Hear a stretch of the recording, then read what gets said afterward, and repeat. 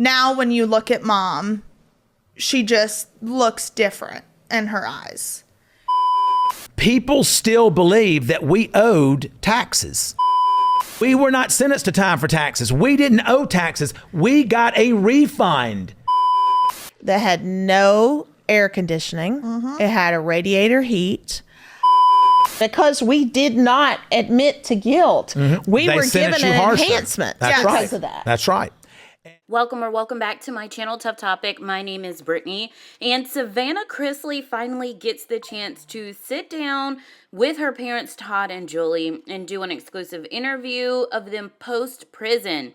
Now, they do seem a lot more relaxed in this interview versus the other two that they did with Laura Trump and Juju Chang.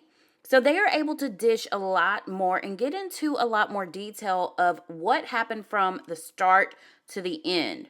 Now, they do start off discussing their first initial drop-off process when they were first being transferred to start their sentencing.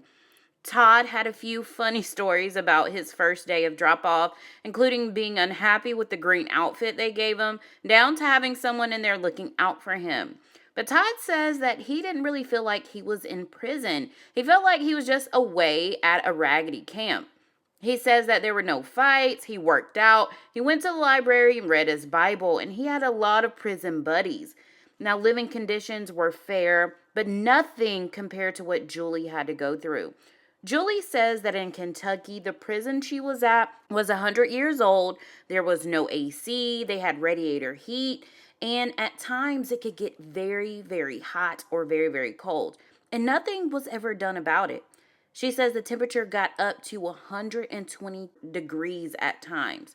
Savannah then brings up Julie's transport process and how that changed Julie drastically. Even she mentioned comments of people saying she just looks dead in her eyes. Now, Julie says that she doesn't wish that process on anyone. She describes the day for her re-sentencing hearing in September. She was temporarily transferred to the custody of U.S. Marshals. She got on a plane where she was shackled around the belly. Nothing but men were on this plane and maybe about 2 or 3 women. She says they didn't tell her where she was going. They had a couple of other stops that they made. They just told her to sit back and enjoy the ride. She says that she arrived at an undisclosed location. She then was locked into a pod cell for about 6 days. Savannah adds that she spent about $1,500 talking to Julie. She says at midnight, one night, they tell her that she's going to Lovejoy, Georgia. She says it was male and female. She then says that she was in a holding cell and there were men fighting right next to her. She says that it was loud. The whole place reeked of Mary Jane. She also called Savannah crying, wishing that all of this would just end. Then Savannah called the BOP to see if her mom could actually be transferred by car. She said she'll pay for it, and they said no, although she's done it before. She'll be treated like everyone else, is what she said, the judge said. And Todd was like, the judge didn't treat them like everyone else. She was targeting them as white privileged individuals. Julie even talked about her resentencing and admission of guilt. So she says that her attorney advised her to admit and apologize, but instead it backfired. She never wanted to have any type of admission for something she did not do.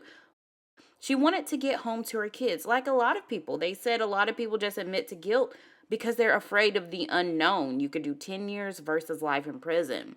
They then explained that in their case, the jury was not their peers. There's supposed to be a jury. If you're a doctor, you're supposed to have a jury of other doctors or nurses. But they said there were people who didn't even understand anything about their case. He even said one juror didn't even know what it meant to get an extension on their taxes. Speaking of taxes, they also say that they actually were overpaying in taxes. Their tax records were pulled and showed that they had filed and paid. Julie even says that their taxes was looked over 1,000 times. Todd then says the expert that they hired looked at the transcripts and it shows up that their taxes had been paid. They had over $500,000 just sitting in there. So, does this information now change things for everyone who doubted their innocence or thought they were guilty? I know for me, it does help me better understand things because I don't think, other than just the trial itself, it was really talked about or they got into detail. But I know Todd did mention that there might be a book coming out with all of the information that he went through leading up to that process. And I'm sure on their Lifetime special, there will be a lot of that discussed as well.